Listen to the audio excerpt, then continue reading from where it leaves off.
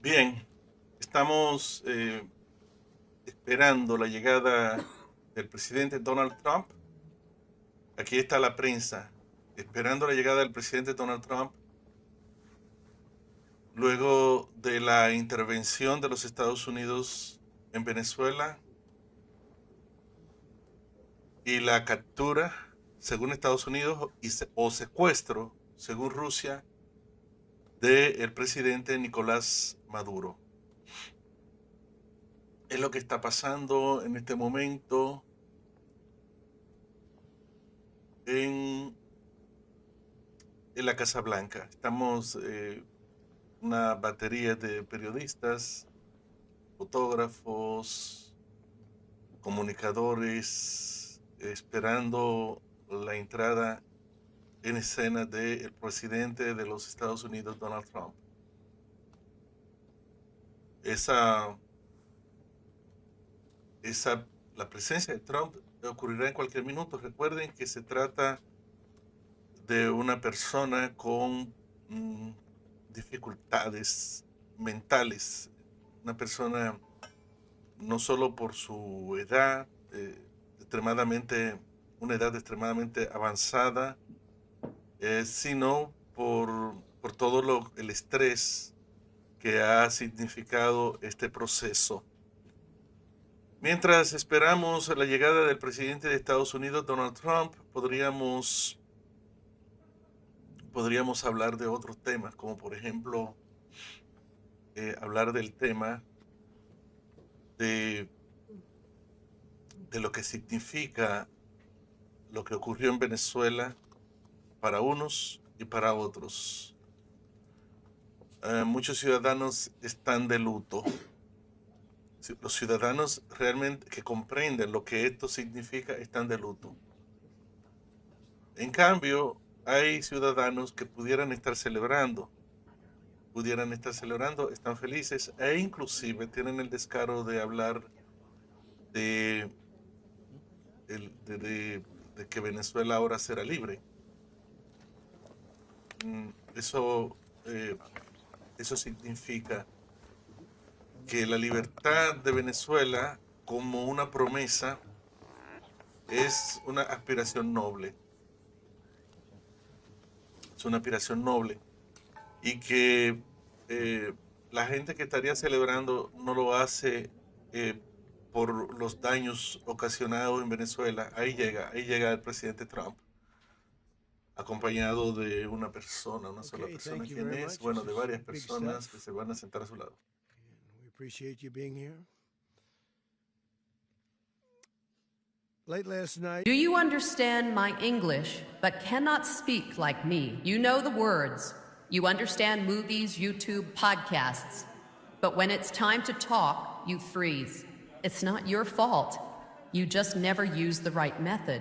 Try shadowing. It's a science backed method used by polyglots, and now it's in the Promova app. You just put iti after native speakers. land and sea was used to launch a spectacular assault. And it was an assault like people have not seen since World War II. It was a force against a heavily fortified military fortress in the heart of Caracas to bring outlaw dictator Nicolas Maduro to justice.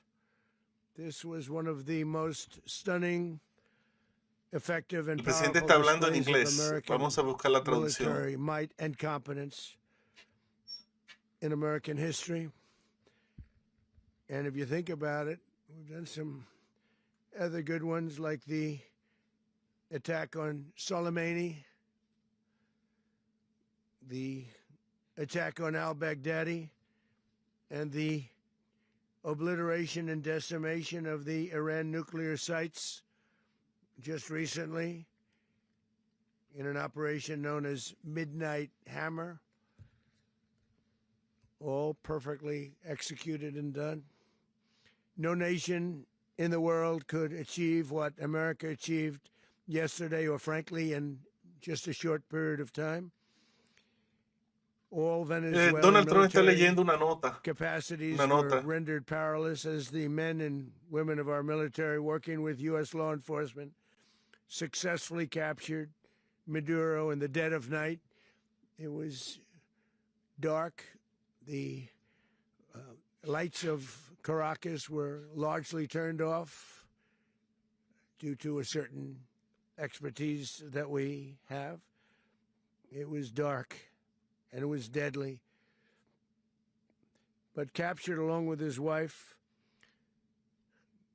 Celia Flores, both of whom now face American justice. Maduro and Flores have been indicted in the Southern District of New York, it's Jay Clayton, for their campaign of deadly narco-terrorism against the United States and its citizens. I want to thank the men and women of our military who achieved such an extraordinary success overnight with breathtaking speed, power, precision, and competence. You rarely see anything like it. You've seen some raids in this country that didn't go so well. They were an embarrassment. If you look back to Afghanistan or if you look back to the Jimmy Carter days, they were different days. We're a respected country again, maybe like never before. These highly trained warriors operating in collaboration with U.S. law enforcement caught them in a very ready position. They were waiting for us. They knew we had many ships out in the sea, just sort of waiting. They knew we were coming. So they were in what's called a ready position. But they were completely overwhelmed and very quickly incapacitated.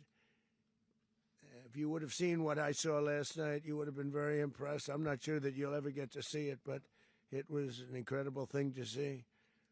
Not a single American service member was killed, and not a single piece of American equipment was lost. We had many helicopters, many planes, many people involved in that fight.